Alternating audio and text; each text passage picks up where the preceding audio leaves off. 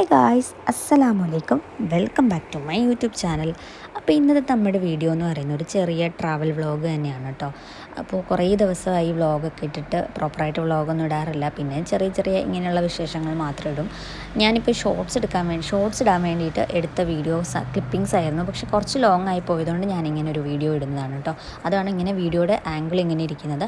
അപ്പോൾ നമ്മൾ നേരെ പോകുന്നത് എവിടെയാണ് പോകുന്നതെന്ന് പറഞ്ഞില്ല അല്ലേ. നമ്മൾ എവിടെയാണ് പോകുന്നതെന്ന് വെച്ചാൽ കമ്പം പോവാണ്.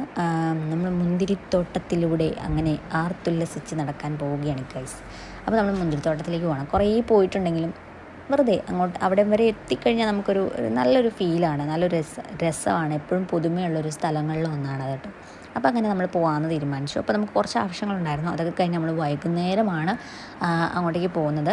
ചെറിയൊരു മൈൽഡായിട്ടുള്ളൊരു തണുപ്പും ഒക്കെ ഉണ്ടായിരുന്നു. താഴേക്ക് ഇറങ്ങിയപ്പോൾ വലിയ തണുപ്പൊന്നുമില്ല, എന്നാലും നമുക്ക് ചൂട് ഫീൽ ചെയ്യുന്നില്ലായിരുന്നു. കുഴപ്പമില്ലാത്തൊരു നല്ല വൈകുന്നേരം ആയതുകൊണ്ട് നല്ലൊരു ക്ലൈമറ്റ് ആയിരുന്നു കേട്ടോ.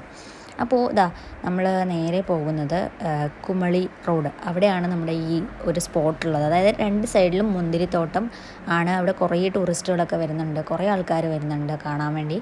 അങ്ങനെ ഒരു ഏരിയ ആണ്. അപ്പം നമ്മൾ പോയത് ആദ്യം ഒരു സ്ഥലത്ത് പോയി. ഇപ്പം നമ്മൾ ഇവിടെ അല്ല സ്ഥിരമായിട്ട് പോകുന്നത്, നമ്മൾ മറ്റ് റോഡിൻ്റെ ഓപ്പോസിറ്റുള്ള സ്ഥലത്തായിരുന്നു നമ്മൾ പോകുന്നത്. പക്ഷേ നമുക്കത് വഴി കൺഫ്യൂസ്ഡായിട്ട് നമ്മൾ ആദ്യം ഇങ്ങോട്ടേക്കാണ് പോയത്. ഇവിടെ കുറേ എന്തൊക്കെയോ ആക്ടിവിറ്റീസും ബേർഡ് ഷോയും അങ്ങനെയൊക്കെ ഉണ്ട്. ആദ്യമായിട്ടാണ് ഞാൻ കാണുന്നത്. ഞങ്ങൾ നേരെ ഓപ്പോസിറ്റ് സൈഡിലാണ് എപ്പോഴും പോകാറ്.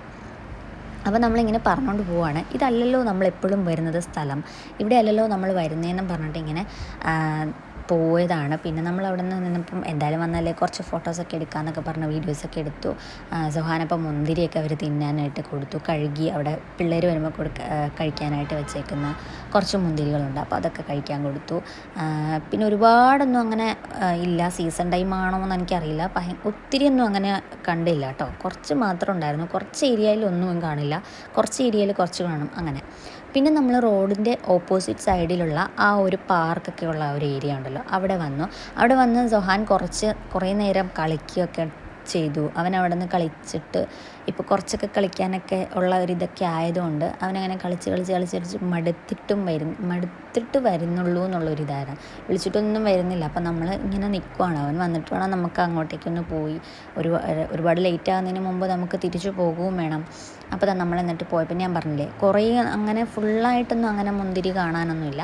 പക്ഷെ അവിടെ ഇവിടെയൊക്കെ ഇങ്ങനെ തൂങ്ങി കിടപ്പുണ്ട്. കുറച്ച് ഗ്രീൻ കളറായിട്ട് കിടപ്പുണ്ട്, കുറച്ച് ഇങ്ങനെ ഈ മറ്റേ പർപ്പിൾ കളറുണ്ട്. അപ്പോൾ നമ്മൾ അവിടെയും ചെന്ന് കുറച്ച് ഫോട്ടോസൊക്കെ എടുത്തു, കുറച്ച് നേരം ഇരുന്നു.